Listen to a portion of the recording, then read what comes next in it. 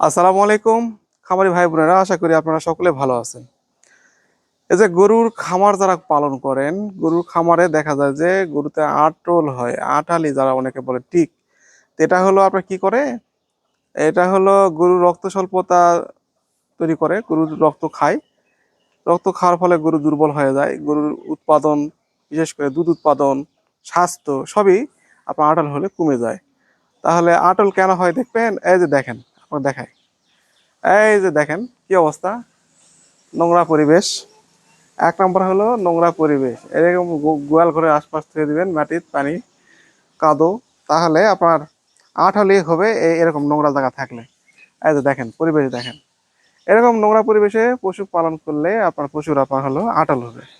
আর আঁটল হলে আপনার কি হয়, আঁটল হলে আপনার গরুর বিশেষ করে আপনার রক্ত স্বল্পতা জড়িত যে রোগগুলান আছে সেই রোগগুলান হয়। যেমন আপনার বেবিসিসও হয়, দেখা যায় অনেক সময় যে গরু আপনার হলো দেখা যায় যে রক্ত প্রসাব করে, গরু আপনার দেখা যাচ্ছে রক্ত প্রসাব করতেছে। আর এর মূলিক কারণ হলো আঁটল, আঁটল সব রক্ত খায়, বিবিসিস হয়ে রক্তের আপনার কোনা ভেঙে ফেলে, ফলে গরু অনেক সময় গরু মারা যায়। তাহলে আঁটল কি কারণে হয় আর আঁটল কি ক্ষতি করে এটা আপনারা জানলেন। আর দ্বিতীয় বিষয় সেটা হলো আঁটল কিভাবে তাহলে আপনার আঁটল থেকে আপনার গরুকে নিরাপদে রাখবেন। নিরাপদে গরুকে আঁটল মুক্ত রাখতে অবশ্যই আপনার পরিষ্কার পরিচ্ছন্ন, এক নম্বর অবশ্যই গোয়াল ঘর পরিষ্কার এবং গরুর খাবার পাত্র পরিষ্কার রাখতে হবে। গরুর আশপাশ যে জায়গা স্থানগুলান, এই যে স্থানগুলান, এই স্থানগুলান আপনার হলো পরিষ্কার পরিচ্ছন্ন রাখতে হবে। তাহলে আপনার হলো পরিষ্কার পরিচ্ছন্ন রাখলে আপনার আঁটল হবে না।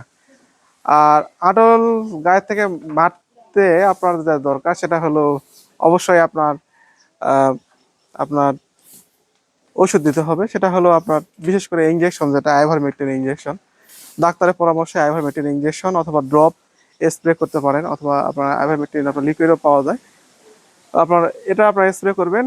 আর পাশাপাশি আপনার আরও কীটনাশক আছে যা ডাক্তারের পরামর্শে ব্যবহার করতে হবে, সেটা দিলে আপনার দেখা যায় আশপাশ এই নোংরা স্থানগুলোতে স্প্রে করতে হবে। শুধু গরু গায়ে আঁটল মারলে হবে না, নোংরা স্থান গরু সেটের আশপাশের এগুলা আপনার আপনার আঁটল মুক্ত করতে হবে। গরু গায়ে শুধু আঁটল যদি আপনার মুক্ত করেন, কিন্তু আশপাশ যদি আঁটল যদি না মারেন, তাহলে আবার আঁটল আবার হয়। এই জন্যে আপনারা অবশ্যই আশপাশগুলো আপনার পরিষ্কার পরিচ্ছন্ন রাখবেন, তাহলে গরুর আঁটল হবে না। আর ভিডিওটি যদি আপনাদের ভালো লাগে থাকে, তাহলে অন্য খাবার দেখার জন্য অবশ্যই লাইক ও শেয়ার করে সঙ্গে থাকুন। ধন্যবাদ। আসসালামু আলাইকুম।